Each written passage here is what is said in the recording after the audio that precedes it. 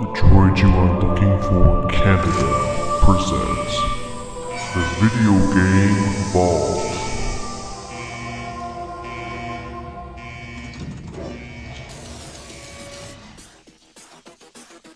That's right. We're going to review a game from the Gamecube days? Like, it doesn't even make sense, but why not? So with that, today we're going to talk about Spider-Man 2 on the Nintendo Gamecube. Yeah, that console, you know, the little lunchbox console that everyone had. Oh yeah, some of you new gamers don't know what the hell I'm talking about. It's more or less that you would use it to play video games, and when you were done with it, you put your sandwich in and you take it to school. That's what you did. Gamecube was revolutionary for a lot of things it did.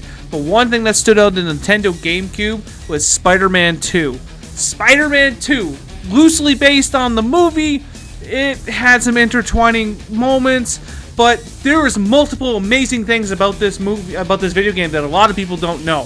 One, your narrator was Bruce Campbell. Bruce motherfucking Campbell.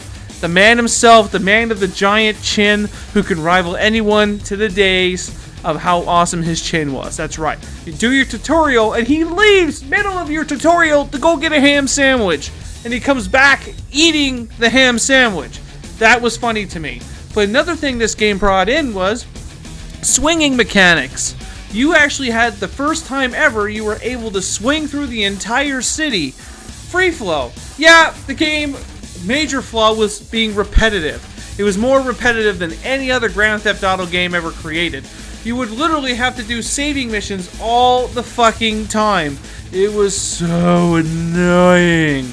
But the beauty part is that you can level up all your moves, you can level up your webbing, you can level up your swinging, you can level up your attack moves, your combos, you can do all these different new things with your Spider-Man and make him a very deadly motherfucker, and that's what made him awesome. You had a lot of cameos, you had Shocker, you had Rhino, you had Gobby, you had Hobgoblin, you had, I think I said Rhino, you had all the different characters from the Super Spider-Man universe, which made the game unique.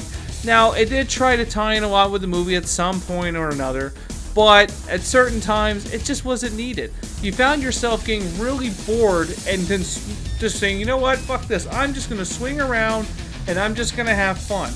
And that's basically what happens with a lot of the gameplay mechanics nowadays, that people just get really bored of it and they just don't want to stay on top of it. Now, basically you end up doing a lot of things, like you fight Mysterio, then you team up with Black Cat to fight Shocker, and it just, the storyline is actually pretty decent, and ultimately you have a lot of fun. Now, going back to the repetitive part, there are so many missions that are just stupid. As an example, you have to swing up and save people, or swing down and take down a pile of goons.